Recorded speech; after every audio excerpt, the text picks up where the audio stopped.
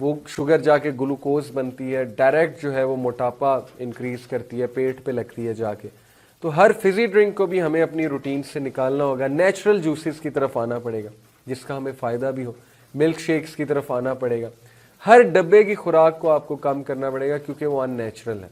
Organic side پہ آپ کو آنا پڑے گا, دیسی انڈے ہو گئے, دیسی مرغی ہو گئی, اور مٹن ہے, زبردست ہے, فش بہت اچھی ڈائٹ ہے, اور بوائلڈ اور سٹیمڈ چیزیں وہ ہمیں اپنی روٹین میں ایڈ کرنی چاہیے, اور تلی ہوئی چیزیں اور مسالے دار چیزوں کو ہم نے اوائڈ کرنا ہے. اب آپ حیران ہوں گے کہ ان سب کا تعلق کیا ہے فتنے کے دور سے.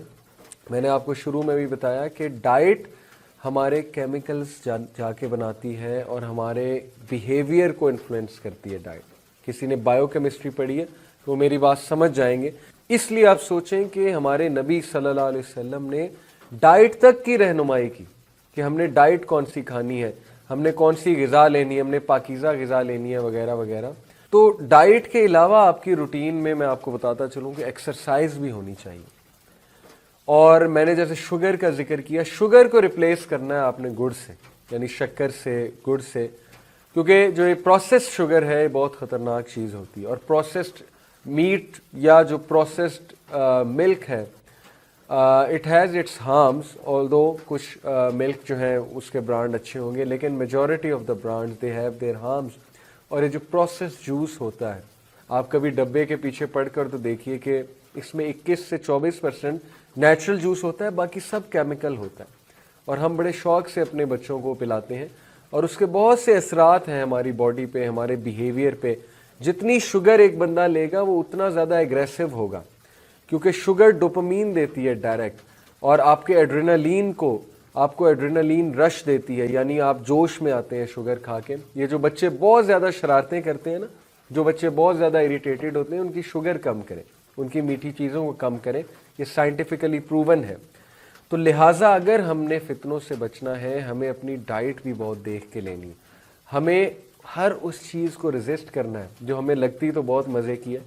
اور جو شخص ڈائٹ کو ریزسٹ کرنا سیکھ گیا, بھوک کو ریزسٹ کرنا سیکھ گیا, وہ ہر خواہش کو انشاءاللہ ریزسٹ کرنا سیکھ جائے گا.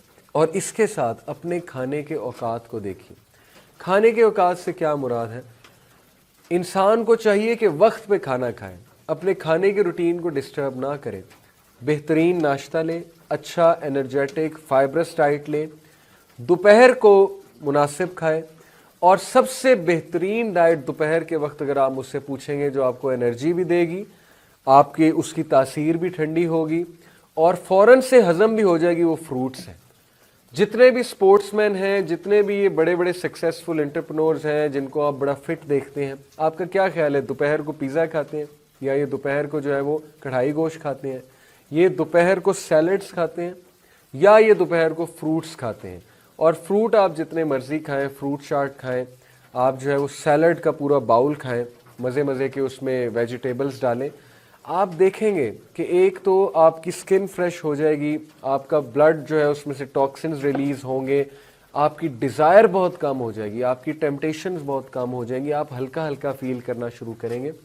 تو دوپہر میں جو بیسٹ ڈائٹ ہے میں سمجھتا ہوں کہ فروٹ ہے اور سیلڈ ہے, اور ساتھ میں کوئی انرجی ڈرنک لے لیں, پروٹین شیک لے لیں, مطلب کہ اپنا بنایا پروٹین شیک, کھجور کا شیک ہو گیا, اسٹرابیری شیک ہو گیا, whatever you want, almonds add کر کے, بادام ایڈ کر کے.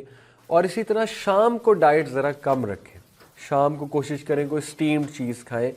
تو یہ روٹین بھی بہت ضروری ہے, صبح دوپہر شام کو وقت پہ کھانا کھانا. اور اس کے ساتھ کوئی ایکسرسائز مسٹ ہے, پش اپس ہو جائیں, یا جم جا کر جو ہے وہ ڈیفینیٹلی ویٹ لفٹنگ ہو جائے, کیونکہ جو ویٹ لفٹنگ کرتا ہے, پش اپس نکالتا ہے, اس سے اس کا سٹیمنا بلڈ ہوتا ہے. اور جب سٹیمنا بلڈ ہوگا تو ڈیزائر سے فائٹ کرنے کا بھی سٹیمنا بلڈ ہوگا, ڈیفینیٹلی آپ کی سستی جاتی رہے گی. یا بیسٹ ہے کہ آپ رننگ کرنا شروع کر دیں, آپ جاگنگ کرنا شروع کر دیں, وہ اسٹریس ریلیزر بھی ہے. Exercise is proven to have release the stress and depression of many people. It is proven that exercise builds your such chemical. Exercise ہمارے ایسے ہارمونز بناتی ہے جو سٹریس کو اور ڈپریشن کو فائٹ کرتے ہیں, جو ہارمونز. اور ان ہارمونز میں ڈیفینیٹلی اینڈورفن اور سیروٹونن شامل ہیں جو ہیپینس کے کیمیکلز ہیں. تو اس لیے یہ جو ساری روٹین ہے, یہ روٹین آٹومیٹکلی وہ بندہ فالو کرے گا جو اسلام کو فالو کر رہا ہے، کیونکہ وہ بندہ ڈائٹ بھی سننا ڈائٹ لے رہا ہوگا، اور وہ بندہ اس حدیث کو بھی فالو کر رہا ہوگا کہ سٹمک کو 1/3 خالی رکھنا چاہیے اور 1/3 میں ایئر ہونی چاہیے، تو پیٹ بھر کے کھانا بھی نہیں کھانا چاہیے۔ وہ بندہ نمازیں پڑھ رہا ہوگا، نمازوں کی روٹین پکی ہوگی تو اس کی ایکسرسائز بھی ہو رہی ہوگی، اس کی تھوڑی بہت واک بھی ہو رہی ہوگی، اس کا وضو بھی ہو رہا ہوگا، تو سوچیں اس کی ہائیجین پراپرلی، وہ ہائیجین کو فالو کر رہا ہوگا، پراپرلی جو ہے وہ ایک روٹین کو فالو کر رہا ہوگا، وقت پہ کھانا کھا رہا ہوگا، وقت پہ اٹھ رہا ہوگا۔ اس لیے جو اسلامک روٹین ہے that is the best routine. اگر آپ نے فتنوں کا مقابلہ کرنا ہے تو اپنی ڈائٹ کو، اپنی روٹین کو بھی دیکھیں اور ایکسرسائز کو مسٹ اپنی روٹین میں لے کر آئیں۔